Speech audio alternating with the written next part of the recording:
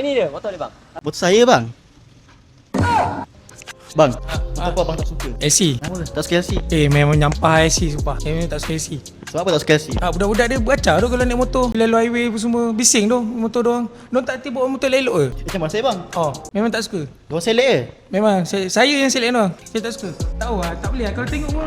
Sakit mata. Sakit mata?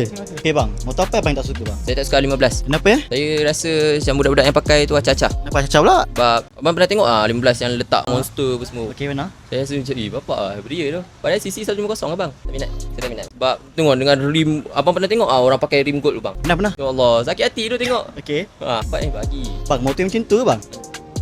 Ini dia, motor dia bang. Motor saya bang. Motor apa bang yang tak suka? Nova 160. Masa Saya rasa dia tu banyak ciplak lah. ciplak. Motor tu banyak tiru lah. Contohnya dia nak tiru MVX. Saya ni dah lah peminat cerita jet ski MVX. Sampai hati. Sampai hati Sampai hati buat saya macam tu. Jangan jauh bang, dekat sikit. Tu dah lah motor ni lama nak tunggu tu. Berapa lama nak tunggu? Lama. Saya pergi dah 3 kedai dah. Semuanya 3-4 bulan ke atas. Macam mana abang tahu? Saya suka juga motor tu.